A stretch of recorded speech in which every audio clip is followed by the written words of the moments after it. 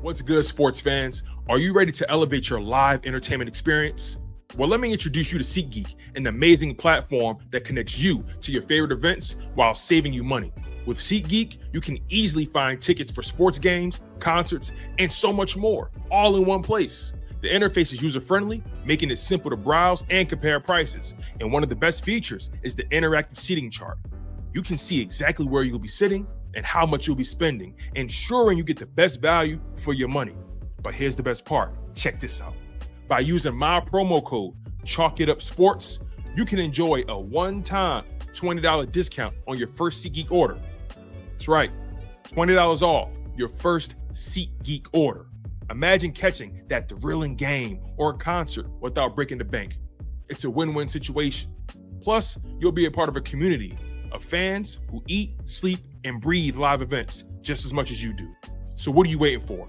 Click the link in the description to download the SeatGeek app today. And don't forget to use my promo code ChalkItUpSports for a one-time $20 discount on your first SeatGeek order. Get excited. Now let's get back to the show.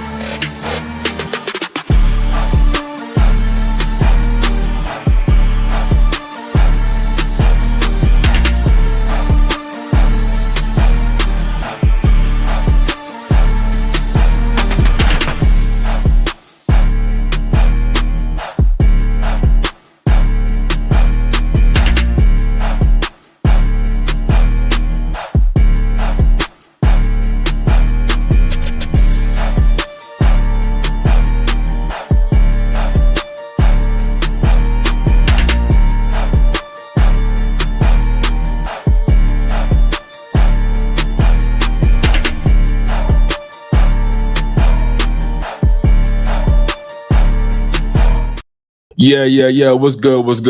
This is your boy, Tone DeShields II. You guys are locked in on your dose of Chalk It Up Sports, where no matter if we win or if we lose, we just got to charge it to the game. Y'all know the vibes. Y'all know the energy, man. Make sure you guys smash that like button.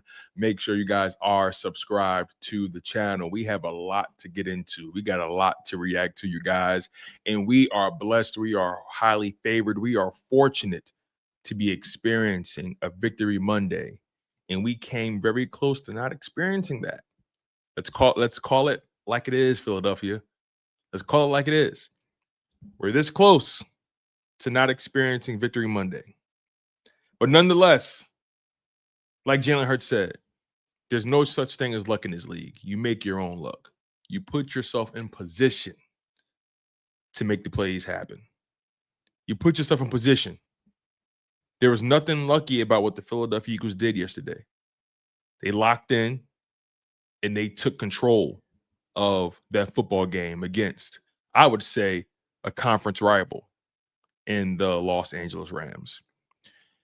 And, I have so many thoughts regarding this game, right? Obviously, Kevin Patullo is somebody that is under the microscope, and he is on the hot seat, if you ask me. I believe it's criminal to have an offense as talented as the Philadelphia Eagles and to not be able to capitalize on the opportunities that the defense or the opposing teams present you. The first 2 weeks, the Philadelphia Eagles left a lot of food on the table. Can we point the finger at Kevin Patullo? Absolutely. Could we have point the finger at Jalen Hurts? Sure, but I think a lot of us was giving Jalen Hurts significantly more grace than Kevin Patullo. Because we were asking ourselves, what exactly are we watching? What are we witnessing? What are we experiencing right now? What are some of these concepts? Even in that Rams game in the first half, there was a moment where we saw Jihaad Dotson and DeVonta Smith run an out route in the same spot. They weren't even a yard or two away from each other. And it would have been a conversion for a first down, but I think Jihaad went for the catch, but maybe the ball was really meant for DeVonta. Both of those players should have never been in the same vicinity. But nonetheless, the Philadelphia Eagles were able to overcome their deficiencies from the first half and ultimately came back to beat the Los Angeles Rams in dramatic fashion, beating them 33-26. And when that game first started, when the Eagles were able to force the turnover on the first drive, the Rams' first drive, when Zack Baun intercepted Matthew Stafford and the Eagles drove down there and scored and took a 7-0 point lead, we all said to ourselves, oh, okay, we came to play. We came to play. And then the Rams get the ball back. They drive 9 plays, 37 yards. They settle for a field goal. Okay, not bad. You bend but don't break. I can live with that. If you're scoring touchdowns and the opponent is kicking field goals, you're going to win the game. But then the Eagles get the ball back, and then they go 3 and out. Okay, all right, fine. Defense, go get a stop. Rams get the ball back. 3 plays, they go 54 yards, touchdown pass to Davante Adams. Now the Eagles are down 10-7. So I'm like, all right, you got the interception, you got a touchdown, but that quickly, you're down 3 points. That quickly, 10-point swing. All right. It's a little sketchy, but hey, first quarter's over. You're only down 3 points. You're in the game. You get the ball back. Second quarter, 3 plays, 3 and out, -8 yards. What the hell's going on? So we're talking back-to-back drives where you had negative yardage. You punt the ball. Rams get the ball back. They drive 12 plays, 56 yards. Got to settle for a field goal again. All right. You're still in the game. You're only down 13-7. You're still in the game. Then you get the ball back. 3 and out again. You only gained 3 yards. You're down 13-7. All right. No need to panic. Rams get the ball back. They drive 8 plays, 39 yards. They settle for another field goal. The game is 16-7. Okay, you're down 9 points. Now you're officially down 2 possessions. Things are getting a little tricky. You get the ball back. If you score or even kick a field goal, all right, you're back in striking distance. What do the Eagles do? 3 plays, only gain 1 yard. I am getting nervous now. Rams get the ball back. They drive again. 5 plays, 20 yards, settle for a field goal. So in that first half, the Rams settled for 4 field goals. And they had 1 touchdown. The Eagles could have easily been down 35-7 in the first half. Easily. But the defense kept the game within striking distance. So you go into halftime, you're down 19-7 at this point. Okay, you're down 12 points. You're down 2 touchdowns. You got to make something happen. You get the ball back at the half. You got to make something happen. What do the Eagles do? 2 plays later, open the drive, open the half. Matt Pryor gets destroyed by Jared Verse, and Jalen Hurts fumbles because he got cracked.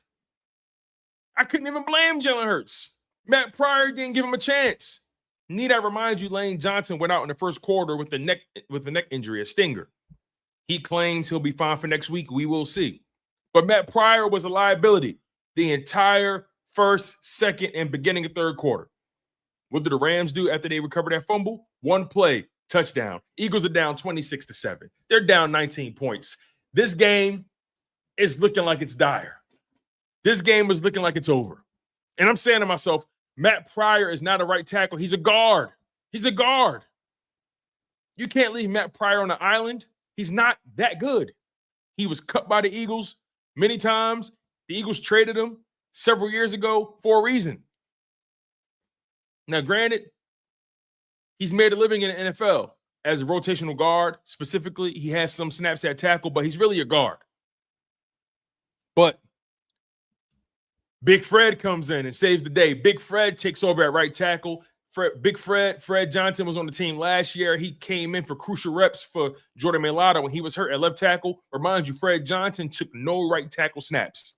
He took no right tackle snaps all week. He's typically been Jordan Mailata's backup, but he came in nonetheless with no preparation and just focused on what he does best. Didn't let the moment get too big for him. The Eagles are down 19 points. At this point, you're playing free. At this point, what you got to lose? Eagles respond. 5 plays, 79 yards. Jalen Hurts throws a 33-yard touchdown pass to Dallas Goedert. But that's set up. That's set up by 2 A.J. Brown catches. The A.J. Brown goal ball down the sideline sets it up. Finally, A.J. Brown touches the ball. Dallas Goedert gets a 33-yard touchdown. All right. Eagles defense gets the ball. I'm sorry. Eagles defense is on the field now. Eagles are down 26-14. They force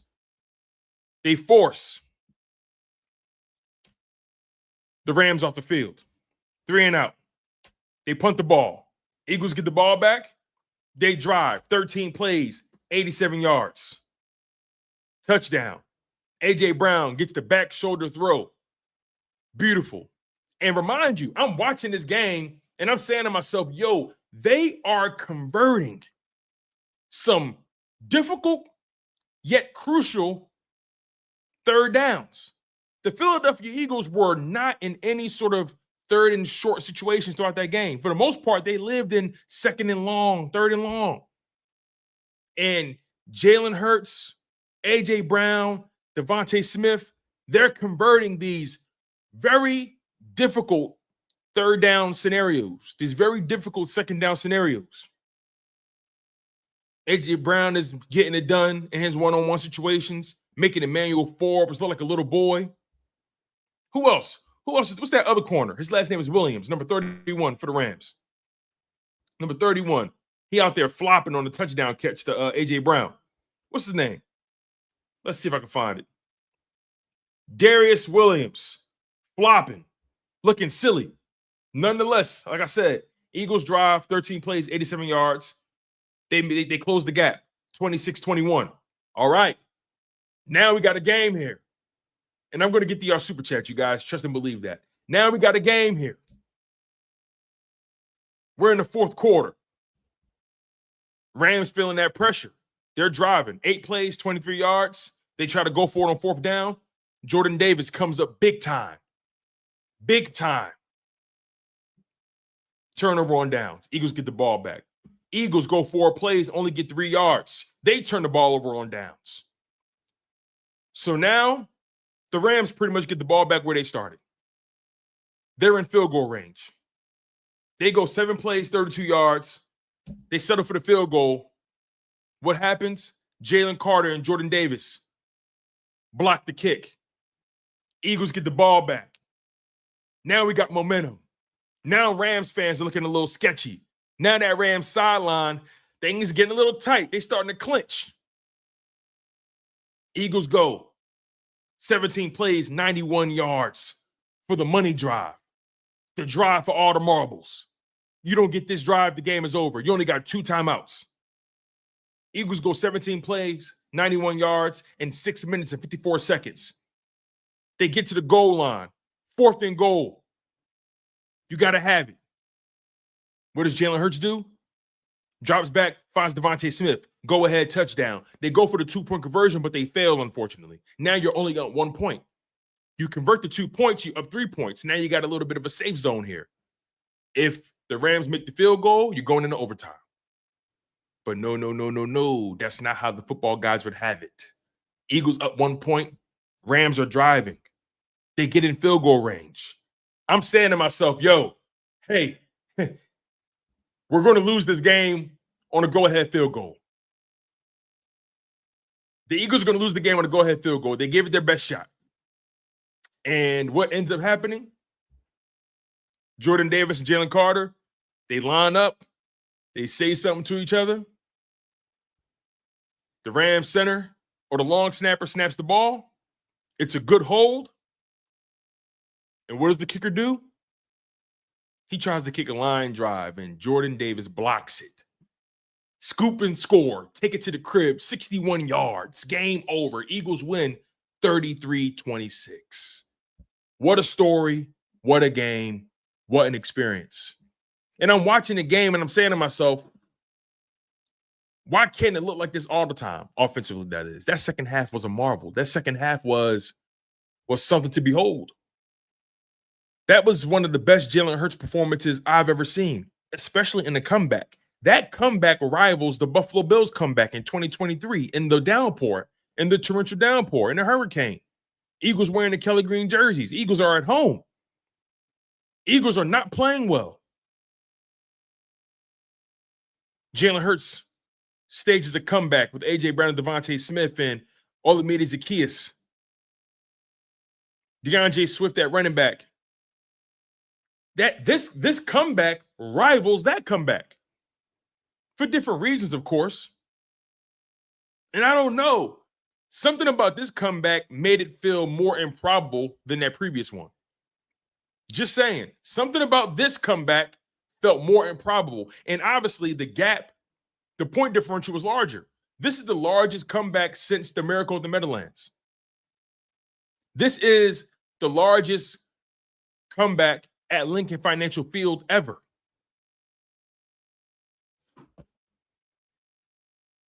This Philadelphia Eagles team is tough, and they don't flinch. And it begins and it ends with Jalen Hurts at quarterback. And I tell you guys, and we all know this, this is not a complicated team to run. And what I mean by that is you have Jalen Hurts at quarterback, A.J. Brown at wide receiver, DeVonta Smith, Dallas Goedert, Saquon Barkley with this offensive line, who isn't really playing up to snuff, quite frankly. I think Landon Dickerson is really dealing with something. He hasn't really been himself. You obviously had Lane Johnson go out at right tackle. Matt Pryor comes in, looks awful. Fred Johnson comes in and turns the tide for the Eagles, right? This Eagles offensive line hasn't been playing up to par this season thus far. And I think they will get better because they're too talented not to. I think they will improve. But when you got an offense this loaded with talent, it shouldn't look as difficult as it did in that first half. They had -1 passing yards. That's unacceptable. That's unacceptable. And it shouldn't be something that we should be seeing. That should be an improbability.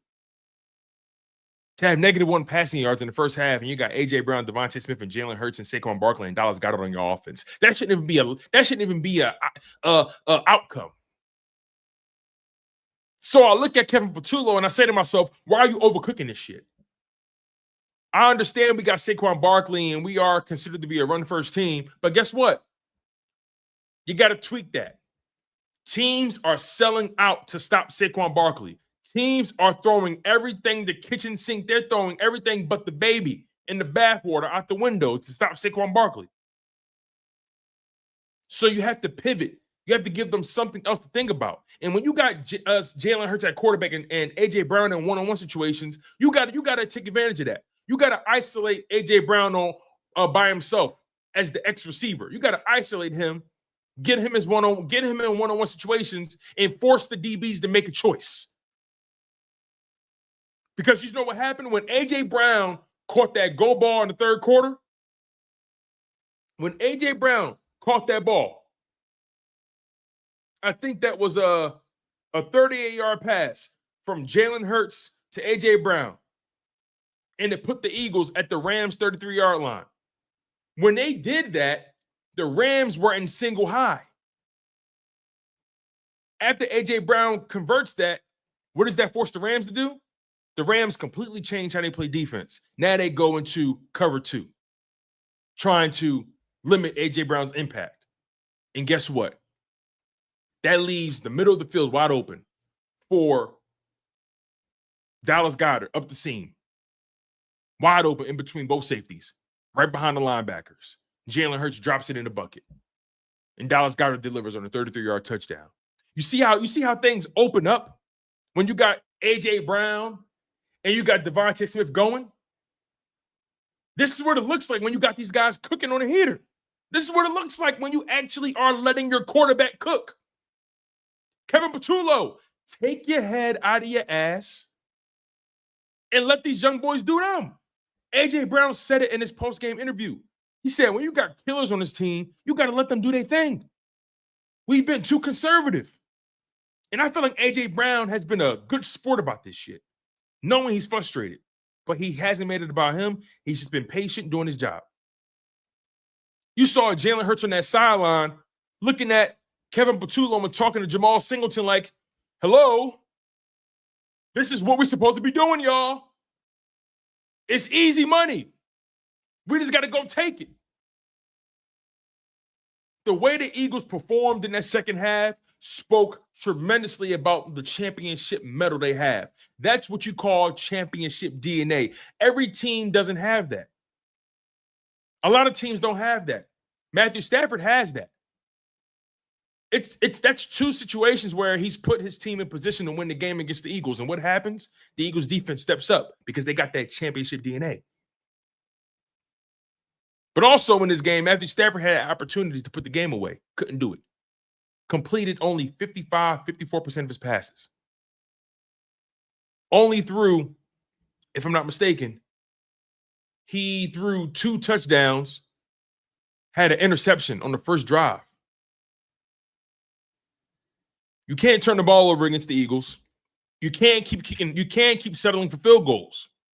But again, as the Philadelphia Eagles, you don't want to spot your opponent 19 points. You don't want to be in that situation. You don't want to go into halftime only having -1 passing yards. You don't want to be in that situation. So I think now the code has been cracked. We get it now. Teams have committed to stopping Saquon Barkley. So you know what you got to do? You got to make them pay. A.J. Brown one-on-one, you see it, just throw him the ball. DeVonta Smith, open on the out route, open across the middle, finding the soft spot in the zone, just throw him the ball.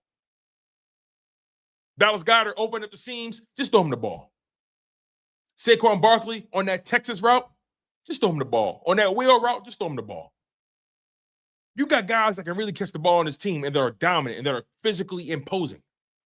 A.J. Brown looked like a battling ram. A.J. Brown was looking like Donkey Kong out there. He was looking like Bowser.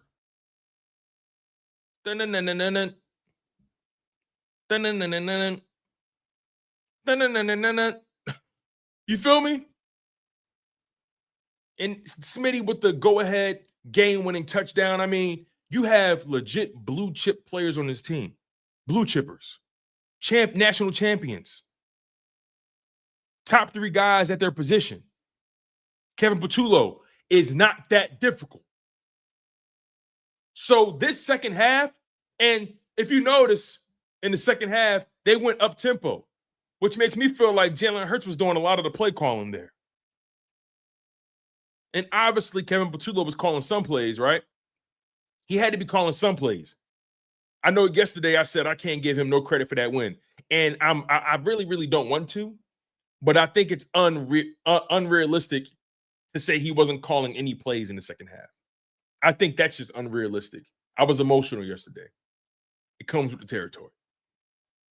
But they were in 2-minute offense that entire second half.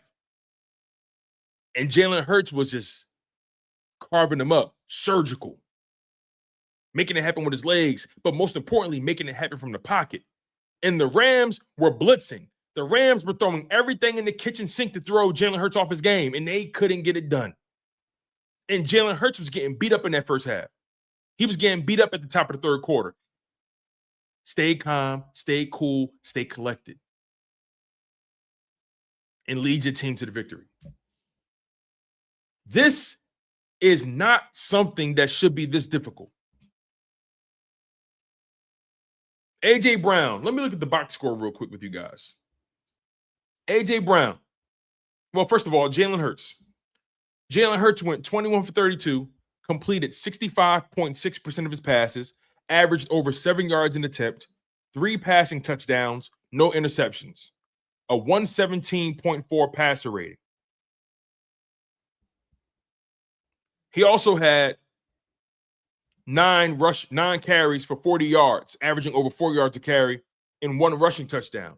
Jalen Hurts had 266 yards of total offense, completed 65% of his passes, 4 total touchdowns, 3 in the air, 1 on the ground, averaged over 7 yards a pass attempt, averaged over 4 yards a carry. Only had the fumble loss because his right tackle and Matt Pryor couldn't do shit. Couldn't even really blame Jalen Hurts. He got terrible protection on that right side. You also got to give credit to Jared Verse and Byron Young for making it difficult. Let's just call it what it is. But when Fred Johnson got in the game, it was a totally different story. Totally different outcome. Totally different outcome. At some point, they got to stop doubting Jalen Hurts. At some point, they got to realize that this kid, this grown man, at some point, they got to realize this man just gets it. He just understands how to win football games. He always gives you exactly what you need to win. He always does exactly what's necessary. Jalen Hurts is like that family physician.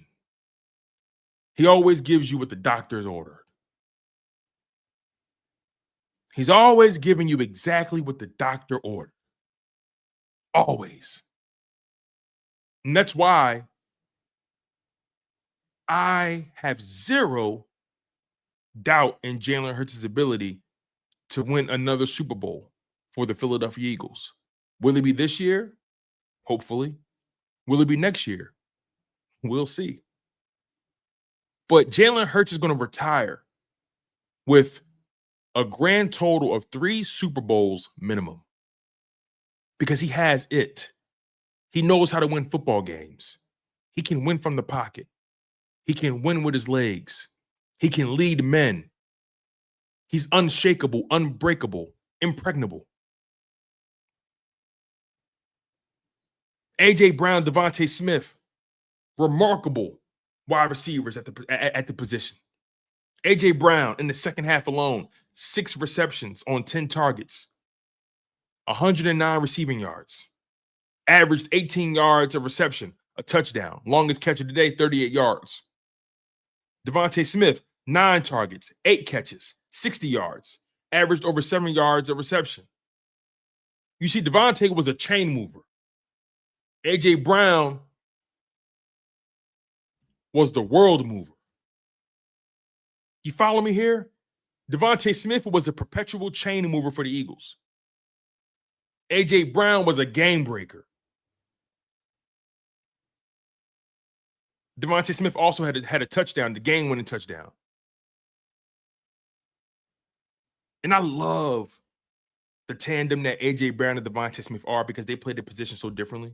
And they give you different things that you may need at different situations. And you had Dallas Goedert, only had 2 targets and 1 catch, but one of the biggest catches of the game, a 33-yard touchdown up the seam. This wasn't Saquon Barkley's best game. This wasn't Saquon Barkley's best game whatsoever. But he did what was necessary. He did his job. He had a crucial 12-yard run in this game, by the way. Crucial. And then the defense, the defense getting crucial stops in that second half. The defense, they do have to tighten up in run defense. But I think the defense overall did a good job in pass coverage. The defensive line made things difficult for Matthew Stafford. They hit him, put some pressure on him, right? There was moments in the game where he looked a little banged up, right? Was getting up a little slow. There were moments in the game where he was missing wide open guys, I think because he was feeling that pressure. I think Matthew Stafford just couldn't close the game, couldn't take advantage of opportunities. He looked his age. He completed less than 60% of his passes. I think he completed about 55% of his passes. 2 passing touchdowns, but 1 interception. Averaged less than 6 yards an attempt. Had an 82.4 passer rating. Quinyon Mitchell had Davante Adams in a straitjacket. Let's call it how it is. Let's get into some of the insights. Because when Quinyon Mitchell was on Davante Adams, listen to this.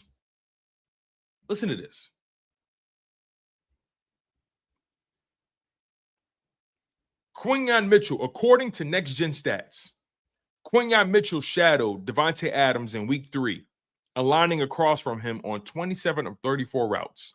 That's 79.4% of the time. It was the first game of Quinyon Mitchell's career where he shadowed the receiver on at least 60% of their routes. Mitchell matched up with Davante Adams in coverage on 22 routes, allowing just 2 receptions for 12 yards on 5 targets. Adams' only other reception came on a 44-yard touchdown against Reed Blankenship. When it came to Quinyon Mitchell, Davante Adams couldn't get it done. And he was talking crazy, too, before that game.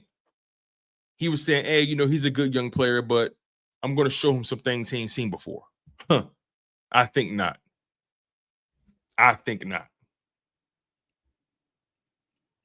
Again, you got to give credit to that front interior. Jordan Davis and Jalen Carter took over the game. You got to give credit to the linebackers as well for doing well in coverage ultimately. Puka Nacua, it got to a point where Puka Nacua was the only option for Matthew Stafford in the air. He was the only option. Puka Nacua had 15 targets, 11 catches, 112 yards. He was the only target. Davante Adams, 8 targets, 3 catches, 56 yards and a touchdown. And that touchdown was a 44-yarder on Reed Blankenship. Quinyon only allowed 12 yards on 2 catches. That's the truth. The tight ends for the Rams were neutralized. Zack Baun and Jihaad Campbell completely took Tyler Higbee out of the game. Completely took him out of the game. And there were times in the game where Matthew Stafford was back there looking for a man. Couldn't find anybody. So, look, this was a team victory all the way around. Jordan Davis blocking that field goal, taking it to the crib. Remarkable. Back-to-back block field goals is no fluke. You see, if the Eagles only would have ended up blocking the last field goal, right, for the game, if the Eagles only blocked 1 field goal that game, one can argue, okay, that's a little fluky. You can argue. But then when you do it twice, when you block the field goal twice, the same guys block it, Jordan Davis and Jalen Carter, against that weak interior of the Rams. And Jordan Davis said, we noticed the kicker, he was kicking real low all game. We knew we would have an opportunity. It was just a matter of when.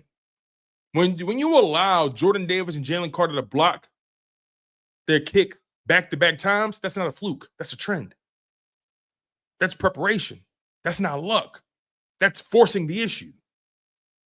That's being better than the man in front of you. It's just that simple, man. Let me get to these super chats. Shout out to my man Davon, aka School Beats, with the super chat. Thank you for the $2 donation, my man. I appreciate it. He says here, Hurts had to show Paculo that H-Town real quick. Listen, man, Paculo gotta tighten up, bro. He gotta tighten up. You can't be looking like this with this offense. You can't. Let this be a word to the wise. Let this second half be some sort of reminder of what you can do with this team. Just take them off the leash. Let your killers kill. Let your killers kill. Thank you for the super chat, Davon. I appreciate you, brother. 24 Birds with the $20 donation. Thank you, man. I appreciate it. He says here, Lane needs to sit out next game and heal. Landon Dickerson should have sat out the first 2 games. The offensive line is not 100%. You know, it's funny you say that because when Landon Dickerson got the surgery, I said to myself, maybe it would be best if the Eagles decide to just sit him out the first couple games, let him rest. You know, Landon hasn't been great. He hasn't been awful, but he hasn't been great. And Lane, with that neck stinger, he says he'll be fine next week. We will see. And look, this is the NFL. If you can go, you can go. So it's not up to us as fans to legislate whether these guys can go or not. If they say they can go, if they're medically cleared, they're going to play. They're getting paid a lot of money to play through these things. So I do expect this offensive line to play better. They're too talented. They're too skilled. I expect them to play better. But I do understand your sentiment, 24 Birds. I totally get it. Alex with the super chat. Thank you, man, for the donation. He says here, I liked what Hurts said after the game about the offense trying to play it safe and play not to lose and how they need to scrap that. Someone had to say it. Ooh, Alex, I'm so glad you brought that up. I was talking to my man, Marcus Thomas, from Pro Fan Talk. Shout out to him, my co-host on the Bald Eagles podcast, excuse me. We were talking about that offline. I had sent him the video and I said, yo, bro, watch this. Jalen Hurts says some real shit. And Jalen Hurts is speaking the truth. He said, yo, we got to stop playing not to lose. We got a good defense. We got a good team. We can take some risk. We can push the ball down the field. It's okay. It's okay. We got to stop playing it safe. I love what Jalen Hurts said in that post-game interview, because he's not just saying that to what's my girl that does the why am I forgetting her name?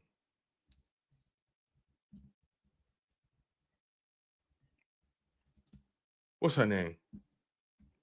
Pam Oliver. Shout out to my girl Pam Oliver. Pam Oliver's been doing it for years. He's not just saying that to Pam Oliver just to give her a soundbite. He's trying to tell the coaches something as well. Stop playing it safe. We're too fucking good. There's no reason to be pussyfooting around this. We got killers on this team. We got a defense. We can overcome mistakes, and we're good enough not to make them. So for sure, like, I understand where Jalen Hurts is coming from. And sometimes when you watch him, it's not like you're saying to yourself, it doesn't look like they're incapable. It looks like they're playing it safe. It looks like they're trying to be conservative. And Kevin Patullo, we know you're new on the job. Let it go. You're 3 games deep now. You're about to go into week 4 on the road against the Tampa Bay Buccaneers. It's time for you to let the dogs eat. It's time for you to let the horses out the stable. Take the straitjacket off. Take the training wheels off. You got all pros, Super Bowl MVPs, Pro Bowlers, blue chip players on this offense. Stop acting like you playing with a defense that can't get stops. Stop acting like your offense isn't good enough to push the ball down the field. You got dogs on this team. Wake up. Because you can't spot good teams 19 points. Now, we own the Rams. A Rams fan can't say nothing to me. We own them until further notice. But you can't spot good teams 19 points like that. You will get burned. You can't stretch your defense like that. You will get burned. Let's see here where we got K. Ordick Green with the $5 super chat. Thank you, K. Ordick. He says, day 2 of me asking Michael Clay to add the Rams knuckleball to our kickoff. That shit bothered me, yo. Dog, I never seen nothing like that before in my life. John Mechie and Tank Bigsby couldn't do nothing with that kickoff. It turned into a joke. Greg Olson, he said, yo, this is beginning to turn into a running joke. They couldn't field the kickoffs. And I couldn't even blame Michael Clay for that, because every other special teams group did their job. Tank Bigsby and John Mechie couldn't do theirs. Michael Clay is not responsible for these guys not being able to field the kicks. They practice it all week. At some point, these guys got to do their job. I'm not looking at Michael Clay. Michael Clay has been great for the Eagles the past few seasons. I'm not looking at Michael Clay. But we do got to add that knuckleball. That thing was deadly. And also, this was one of those games that really showed you the true strategy of special teams on the kickoffs. That Eagles offense was regularly starting their drives at their 10-yard line, at their 15-yard line, at their 20-yard line, regularly.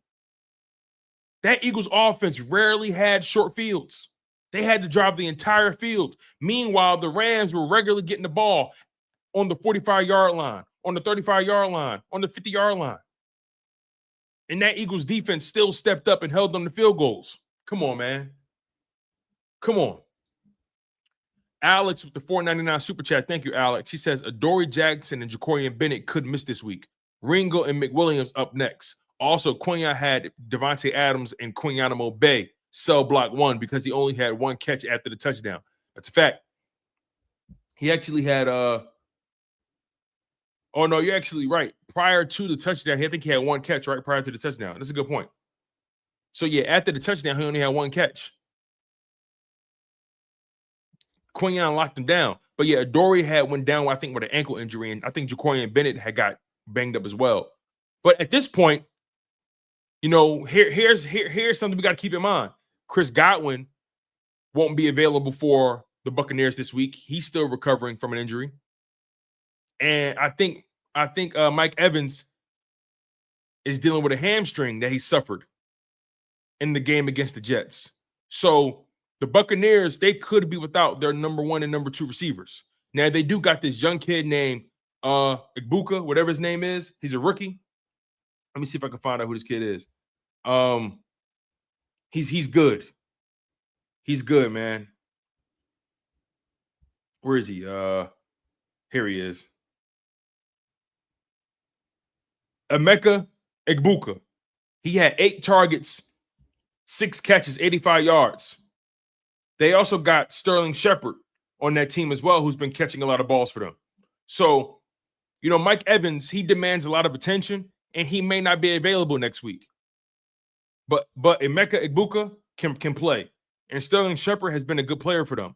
But what happens when you're asking more of Sterling Shepard now, when Mike Evans isn't demanding the attention? When Mike Evans isn't getting doubled? Now, can Sterling Shepard take his game to another level? Can Emeka Egbuka take his game to another level when you don't got Mike Evans out there taking up a lot of attention? We'll see if Mike Evans plays. Can he overcome the hamstring? We will see. Chris Godwin, I don't think he's going to be available this week. I think Chris Godwin won't be back until maybe the following week. But, you know, we'll find out. We sure will find out. Miss Fanny with the super chat. Thank you, Miss Fanny. She says, it's said that this game catapulted Hurts' career more than the Super Bowl did because it's the biggest deficit he came back from since the Meadowlands Part 2. You know what's so funny about that, man? Jalen Hurts has multiple comebacks on the resume. He does. Did you guys know? Since 2020, Patrick Mahomes has the most comeback wins when trailing by double digits with 13 comebacks. That includes the playoffs. Jalen Hurts is second with 10. With 10. When it comes to the most comeback wins when trailing by double digits since 2020, including the playoffs, Patrick Mahomes has 13. Jalen Hurts has 10. So when people try to say, oh, we don't know if Jalen Hurts can, you know, lead a team being down double digits, the proof is in the pudding. He has 10 wins in those situations. He has 10 wins. He has 10 comeback wins when trailing by double digits since 2020, including the playoffs. 10 of them. Only Patrick Mahomes has more.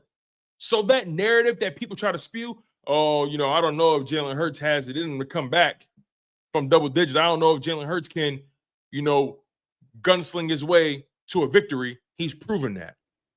That's how you know a lot of these guys, they just be talking. They just be putting narratives out there. They pick and choose what analytics they want to use when they want to use them. They pick and choose what stats they want to use. The stats are out there. That's why I love my man Jeff Kerr, because Jeff Kerr is always going to find the stats. That's why I respect guys like Dave Zangaro, and Ruben Frank, because they're going to find the stats. They're going to find them.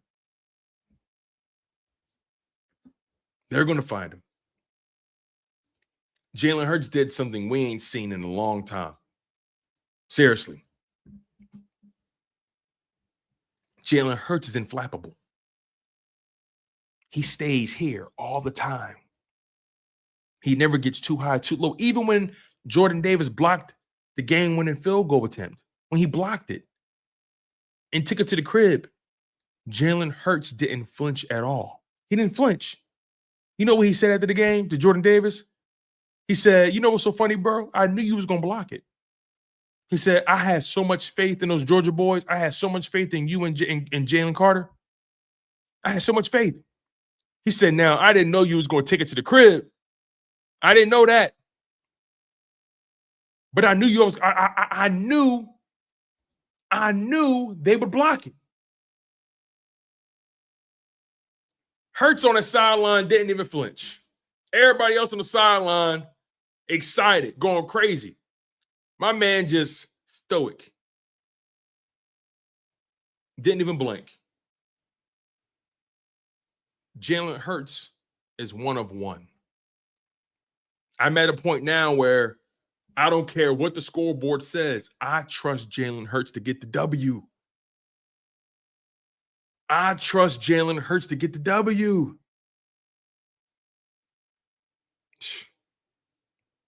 It don't matter what they think, what they try to say about Jalen Hurts. Jalen Hurts is 17-0 in his last 17 games that he's played in and finished.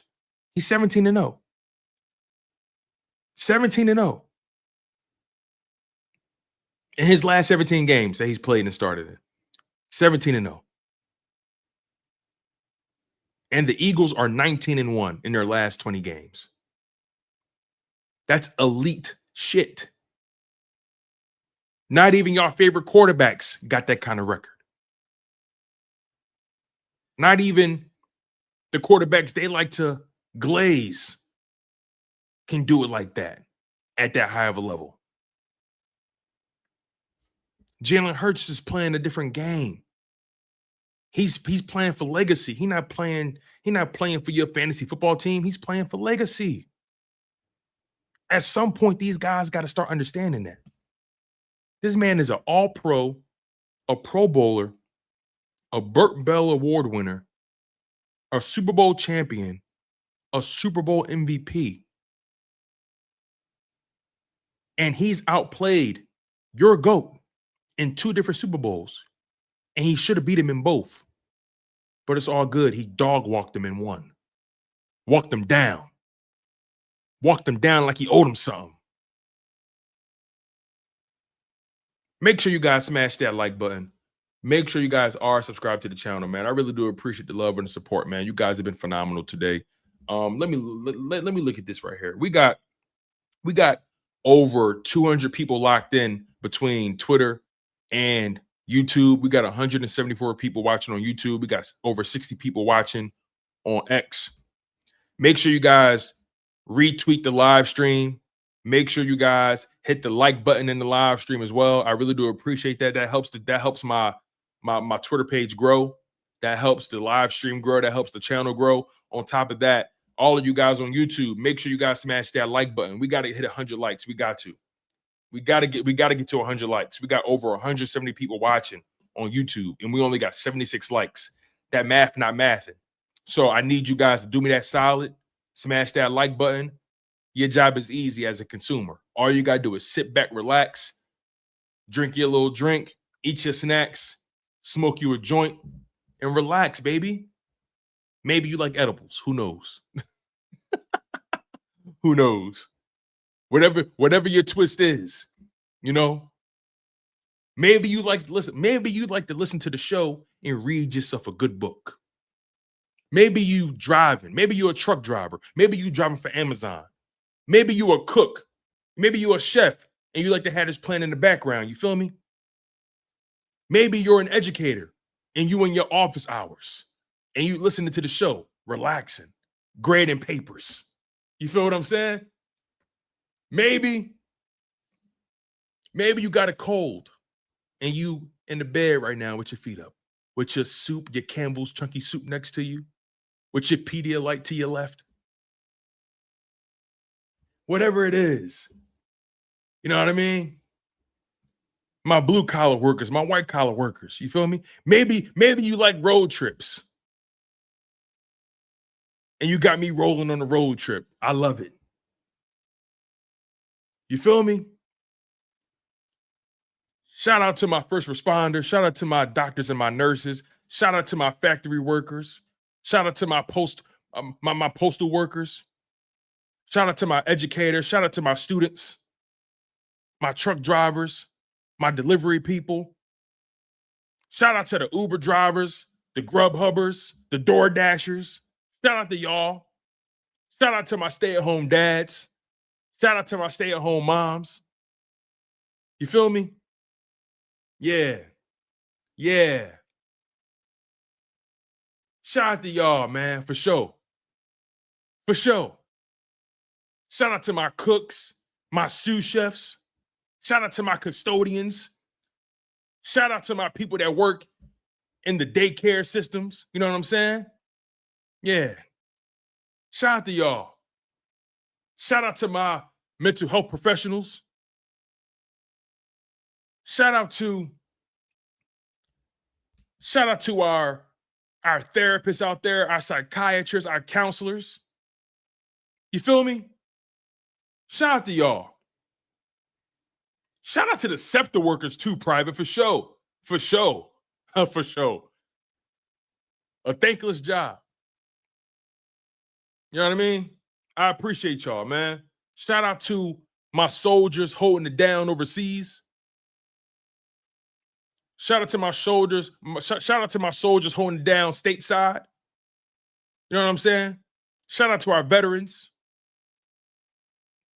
Shout out to our activists. You feel me?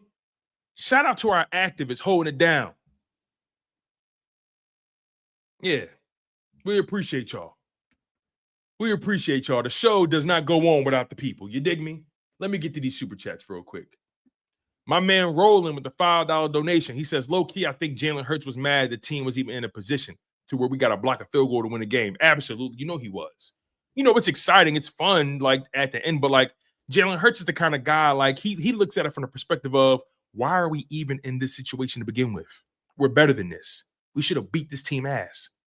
But nonetheless, it was what it was. And that footage of Jalen Hurts on the sideline, talking to Kevin Patullo and talking to Jamal Singleton. Kevin Patullo sitting down next to Jamal Singleton. Jalen Hurts walked up like, yo, Jamal, what's up with your man Kev? What's up with your man Patullo? Like, hello, this is what happens when you let us cook. Jalen Hurts is a funny dude, man. You got to catch him. Jalen Hurts is a funny dude. You got to catch him, man. On the sideline, when Jalen Hurts get into it, Jalen Hurts was like, yo, Jamal, what's up with him? Jalen like, yo, this is what we do when you let us cook.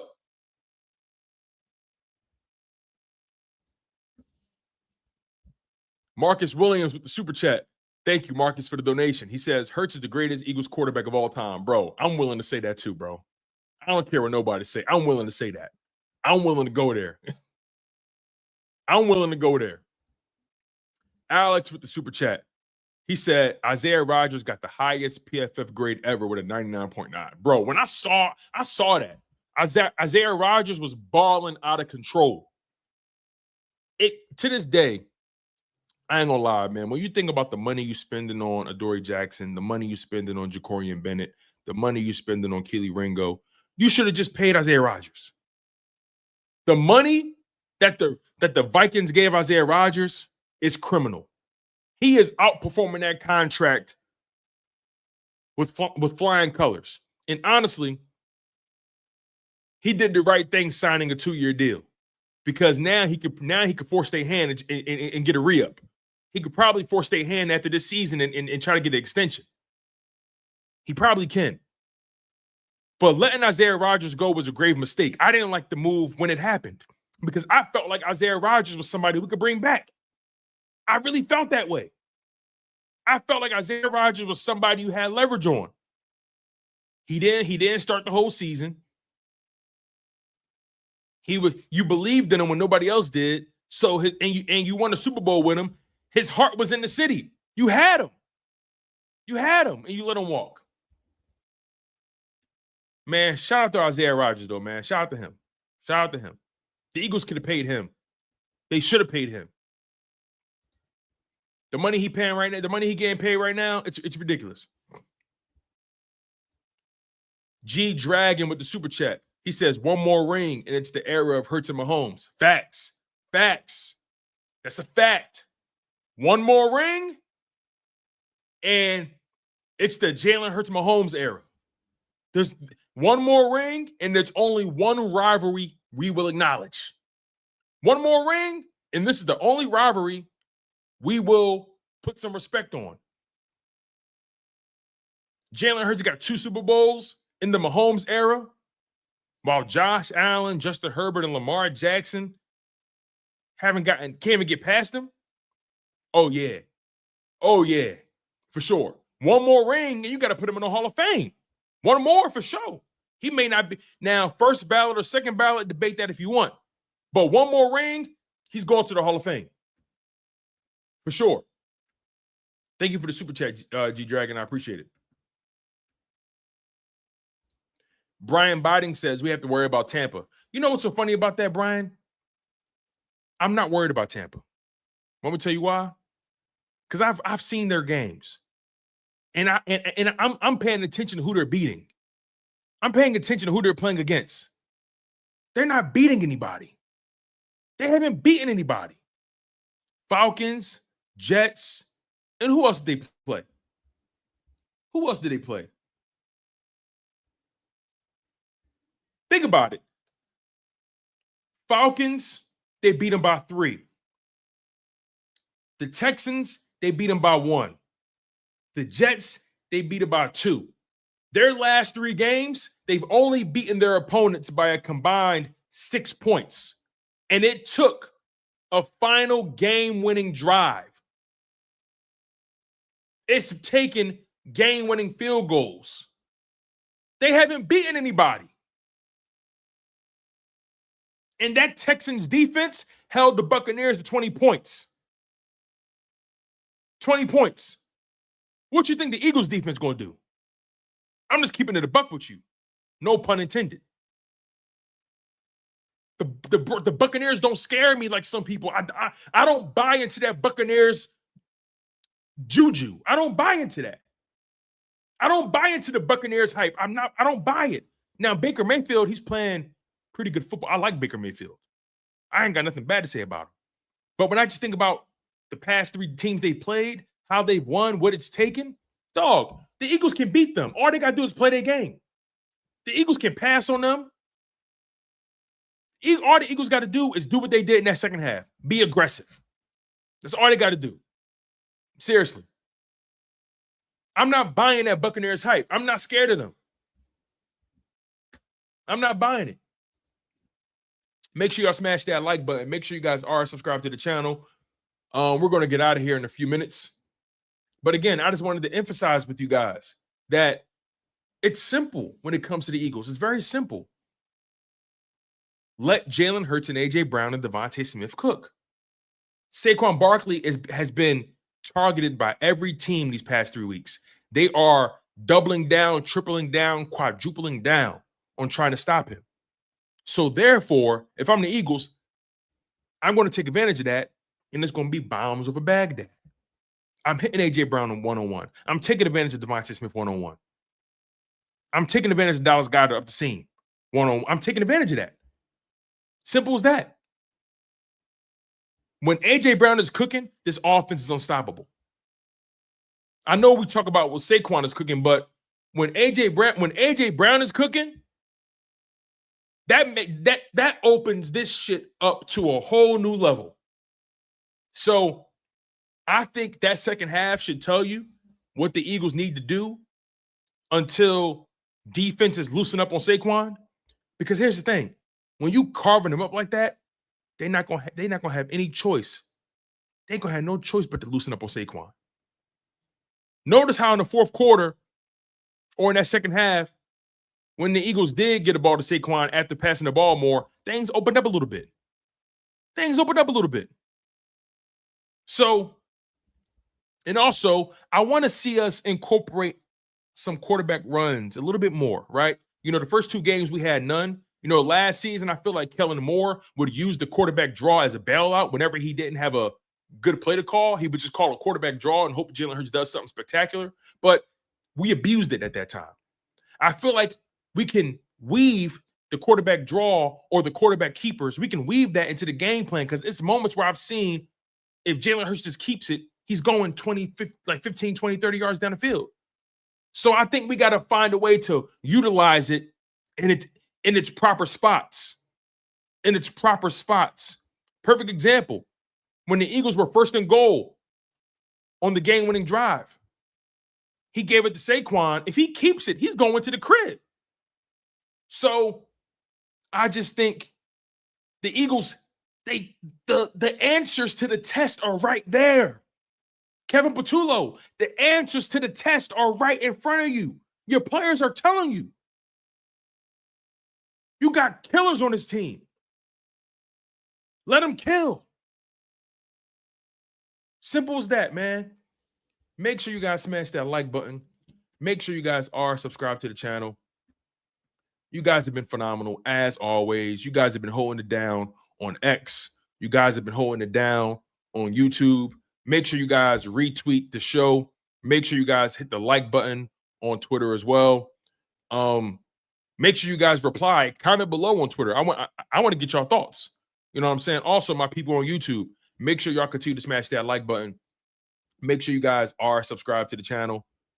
I've been your humble host, Tone DeShields II. And by the way, go check out that reaction video. I did a reaction video to the Eagles-Rams highlights. I did a reaction video to that. So make sure you guys go check that out. Once again, my name is Tone DeShields II.